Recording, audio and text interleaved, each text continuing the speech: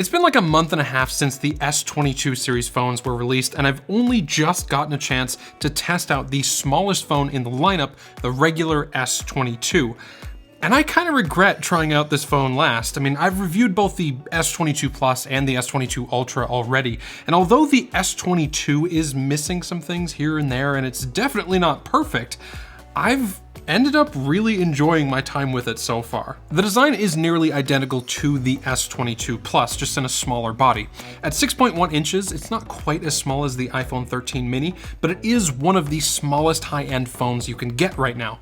If I had gone back and said that same sentence 10 or even 5 years ago, you would have all thought I was completely nuts. But here we are in a time where 6.1 inch phones are actually kind of small comparatively. I'll tell you what though, it is nice and comfy in the hands. They've rounded the corners and flattened the frame a little this year, and the result is something that both feels premium and isn't unwieldy. There's a Gorilla Glass Victus Plus back, and this matte black color looks excellent. It doesn't pick up many fingerprints at all. I realize this statement is entirely opinion-based, but I think this is the closest Samsung has gotten to like a solid 10 out of 10 in the looks department. Everything on both this phone and the S22 Plus is very well refined. They've struggled with symmetricality in the past, especially on the front where the bezels are concerned, but this year the S22 has these very thin symmetrical bezels all the way around this flat display, and it's really easy on the eyes. The only blemish on an otherwise perfect front design is just a little teeny tiny hole punch at the top for the front-facing camera. They haven't fully made the move to the under-display camera tech yet, and I'm glad that they haven't, because that technology still isn't completely ready for prime time in my opinion. I've had a few phones with that kind of camera, and it always turns out to be a muddy, blurry mess compared to the hole punch cameras that don't have to shoot through a display layer to actually take those photos. It does have an under-display fingerprint reader though, and I've got no complaints. The days where under-display readers were slow are mostly gone at this point, except for Pixel 6.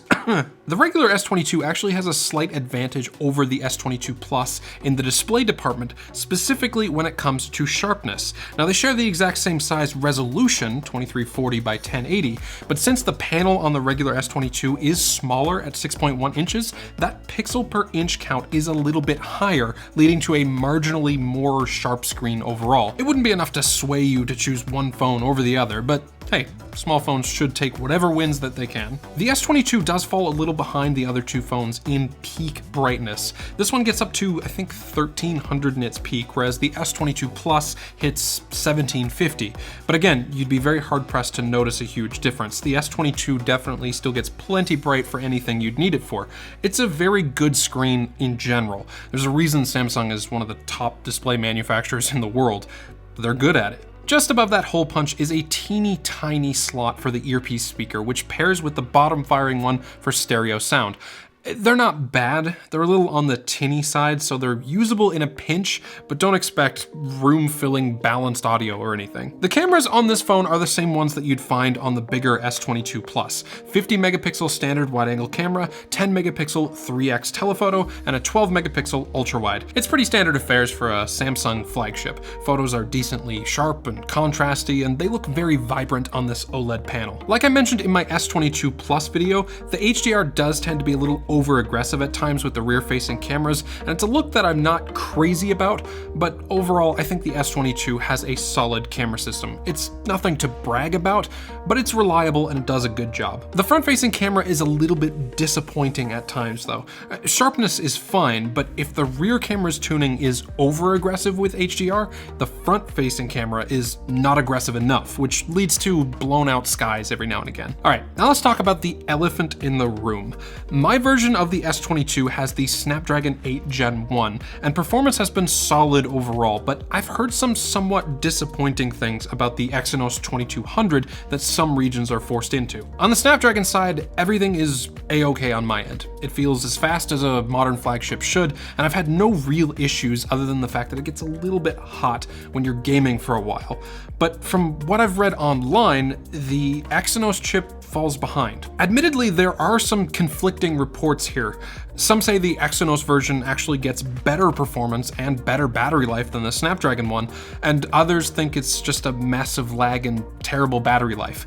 I can't speak to any of it because I can't get my hands on an Exynos version to test here in Canada, but either way, if you're in a region that gets the Exynos chip, maybe do some reading online to make a more informed decision. Speaking of battery life, the baby S22 has a 3700 milliamp hour battery. That's pretty small these days, and it kinda shows from time to time. I've gotten a maximum of about 5 hours of screen on time with the S22 just using my phone normally.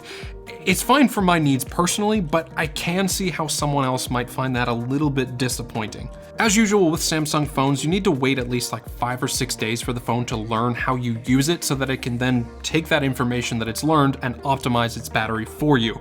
If you find your battery life to be kind of bad for the first few days, just give it a few more and it should improve. The S22 caps out at 25 watts of charging speed, which is solid given the size of the battery. It's not very big, so it doesn't need a crazy high charging speed to actually charge it up fast enough.